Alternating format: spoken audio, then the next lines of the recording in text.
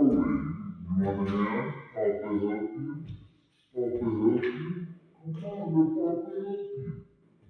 Yeah. Now come on, come on. Up and up, son. Up and up. Let Papa help. Come on, let Papa help you. Come on up. Come on up. Bubba, come on up.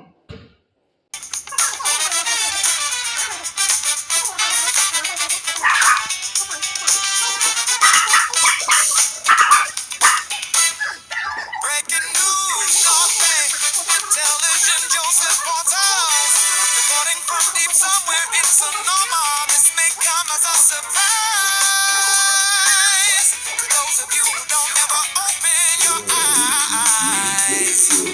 Here is the news of the day. I don't think this will make radio play, but it's live television from the North Bay.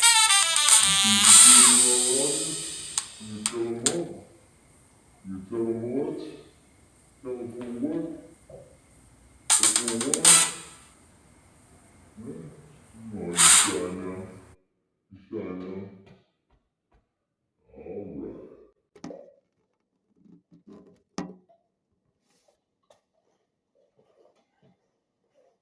Sonoma Broadcast Part 2. Cletus Marie and Joseph Patel is coming at you live from somewhere deep in Sonoma County. So pending our last discussion, I missed a court date because my boy Cletus here was in the doggy jail, and I was unable to get him out of the doggy jail because my girlfriend was on the on his license as the owner, and she was incarcerated and due to this case, and was kept incarcerated until she pled to one of the charges against her so that she could be released. Now, during that period of time, I knew that courts were preparing to remand me at my next court hearing. So I missed that hearing because I was still a couple days away from getting Cletus out of the animal services control. And as a big dog like this, he would not have been readopted. He would have been put down. So with the threat of my dog being euthanized, I missed a court appointment and therefore established another warrant. And this time, after I got him home, I went to walk-in court, which you're supposed to do when you have a warrant. And I presented myself to the court to continue along with this lengthy process of still not going to trial after 7 months of postponement and things like that. Some of them which were on us, but not all of them. And so this time when I got incarcerated, because I went to walk-in, and that's not what you're supposed to do. If somebody comes into walk-in court, they present themselves to you. You're supposed to just continue their case and give them another date and basically cite them out so that they can continue along with their lives and also defend themselves against a case that has not been proven, not been prosecuted, not gone through anything, not gone to trial, and so therefore not guilty until proven guilty. Basically, during that period of time is when my counsel, I requested counsel. That's when he turned and requested made a formal motion in court not at my request to challenge my competency. And 4.5 months later, I finally realized that we're not going to trial. We've never been going to trial. That the DA has no evidence, no corroborating stories, no anything. He's falsified the discovery information to make it look like there were witnesses that had seen us with this lady's belongings in our car after the fact. None of that was true. These were absolute lies put on to official discovery from DA Jonathan Burtz, Deputy DA Jonathan Burtz, and in order to keep me incarcerated until I pled to the deal. Now, after 4.5 months and realizing that they still weren't going to be going, I still wasn't going to be going to trial because they were not going to take it to trial because they don't have the evidence, they don't have any reason to take it to trial, and because they're not going to win. They barely scooted through on the probable cause because of the falsifying of the witness statements, and basically getting railroaded as a self-represented individual. Now, all of this is in my transcripts. My case is coming under appeal, but after 4.5 months of incarceration, I finally did plead to theft by a care provider, which is under statute code 368D.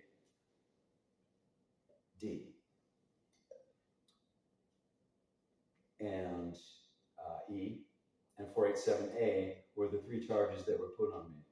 Now, what I pled to was theft by a care provider. So in order to get out of jail, I had to plead, and pleaded, had to sign the paper saying that I wasn't under duress, but I absolutely was under duress. 4.5 months is a long time in the box when you've never purposely hurt anybody or committed these type of acts that they had me, forced me to sign to say that I did. I've got a long background of working for some of the world's largest security firms. I've been trained by Pinkerton, Securitas, the HIPAA Hospital Information Patient Protection Acts. I've worked at Stanford University. I've worked at Genentech. Some of our clients included the Madrona Manor, Katati Rona Park School District. I was a night guard for them, an armed patrol officer for their school districts for several years while my daughter was young and we were raising a family in Katati. I also took on a position at Memorial Hospital as their lead security guard for their trauma department, and supervised the comings and goings of the hospital for a good number of years. And now my competency is being challenged. Without cause. I've been incarcerated, and I've lost my income. I've lost I've lost vehicles, income, my work, housing, and I'm still currently serving probation for the next 2 years, supervised probation, to where I have to test every week. I'm in programs. There's never anything involved with it about that, ever. So for them to put that on me was just an FU, strictly, from the DA's office, Mr. Jonathan Burtz, Deputy DA Jonathan Burtz, who is a coward and an absolute lying sack of shit. Excuse my language for television, but I think you can say shit on television now. I wasn't calling him a piece of shit. I was acknowledging that he is a piece of shit, which is very different. It's more of a artistic usage of it. Now, I have contacted the Court of Appeals. I have filed my motion. My case is coming up for appeal. I'm still self-represented, and basically I've started a petition through change.org to reform the judicial process in Sonoma County that basically restructures what's going on. If it's not all clear with my ramblings, let me make it very clear. You get arrested on hearsay. You get held until you plead. If you don't plead and you complain about your public defending who's sabotaging your case and purposely challenging your competency, adding to your time in jail, making it easier for the DA to get a forced conviction out of you, a plea deal, and basically have the judges not review any of your paperwork, not look at any of your motions, not review anything that you put in to your side of the case, and basically they don't have to, because by challenging the competency, which is the main thing here, 7 out of 10 people who go into the jail have their competency challenged, okay, which is the thing that leads to It's the act that leads to the lengthening of your time while incarcerated, which forces your hand through excessive pretrial incarceration, and it also is an advantage for the prosecutors, and it's stated clearly in 60.02, paragraph 2 of the constitutional code, the statute codes, that they've seen this before.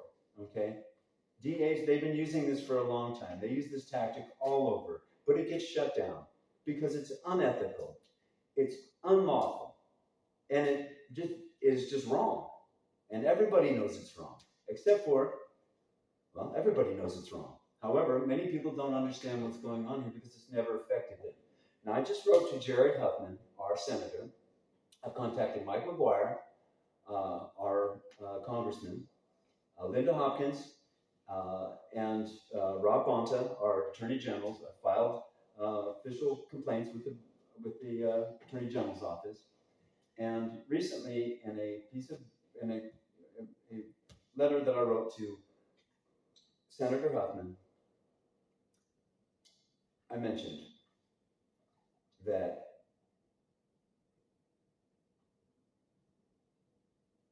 what we're experiencing here in Sonoma County is now being utilized by Pam Bondi, who's representing Donald Trump. And what they are doing is they're using the same exact process successfully in Washington, in New York, all over the country. Okay?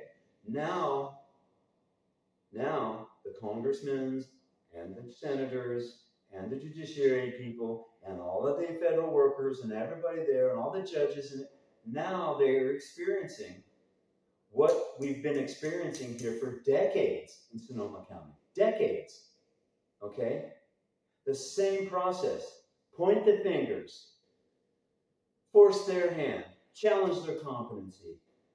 No, delay their pretrial. Everything except for finding evidence, producing evidence, establishing guilt, taking people to their trial within 60 days, and making sure that justice is being served. What they're doing is just pointing the finger, arresting you, keeping you until you plead, and creating a criminal out of somebody who was trying to help a lady move and beat her IHSS worker. I'm not getting excited here. I've been excited for a long time. You don't want to see this boy excited. And I tell you what, this is 154 pounds if you don't want to see excited, okay? Now, I can't fight my way out of this with my fists. I can't kung fu it out. Please can't come and protect me. But what we can do is make some noise on public television and let this be known. We either protect, the only way to protect ourselves is by protecting others. And now that Washington and the elites now have a firm grasp on the destructive power of weaponizing the justice system, as Mr. Trump predicted, by pointing the finger, doing the same thing. You did this, you did that. There's no, well, and the only thing you can do is ride it out, do your time, be on probation, and have to appeal it later without any retribution? I think not. I think this is the end of an era, and I think everybody now has a very clear picture of how destructive this type of non-ethical injustice and the impact that it can have on people's families, on the lives of the people around them, on their careers, on their children, on their pets, okay? This is a real deal. 2 years of my life were eaten by a false report that was never checked, never verified, never confirmed. The victim witness for the prosecution lied on the stand. I personally cross-examined her. I personally have those documents showing the contradictions in testimony, egregious, that were never acknowledged by Judge Simons, never acknowledged by Deputy District Attorney Jonathan Berth, and also the other Judge Paige Heim that I'm currently in front of, because, well, apparently Judge Simons got tired of hearing me making fuss about this, so she ditched my case off to Judge Paige Heim, who's an up-and-coming Grandmaster Wizard of whatever they are, of the clothed judges and their. So this up-and-coming judge now is, I had to restart over again with my 5th judge, which is written right into the rules of court, that the presiding judge must remain in presiding position all the way through to the close of your case, which has not been done. 5 different judges I've had to re-explain myself to over and over again, just in time for another one to show up and have to do it again. Now this is a absolute travesty. And do you see the genius behind it? If the DA's office can just hold you until you plead, then they don't have to gather evidence. They don't have to perform investigations. They don't even have to run a background check on their victim witness to see whether she's mentally competent, or if she's under medication, or if she's had a history of false reports and mental instability. You don't have to cross-reference anything. You don't have to cross-check anybody. You don't even have to get a signed warrant, because the judges do it all. It's all just, they'll fill it in afterwards, okay? Do you see the brilliance of this? And all they have to do is show up every day and get another conviction. If you don't agree, just go back to jail. If you don't agree, just spend the rest of your next 2 years supervised probation peeing into a cup every week when you've never committed a crime that fits the punishment. Now, all of this is very clear, and I just have one word to say to you. Good night. Joseph Patalis, reporting live from somewhere deep in Sonoma, with my boy, Cletus Marie. North Bay Television.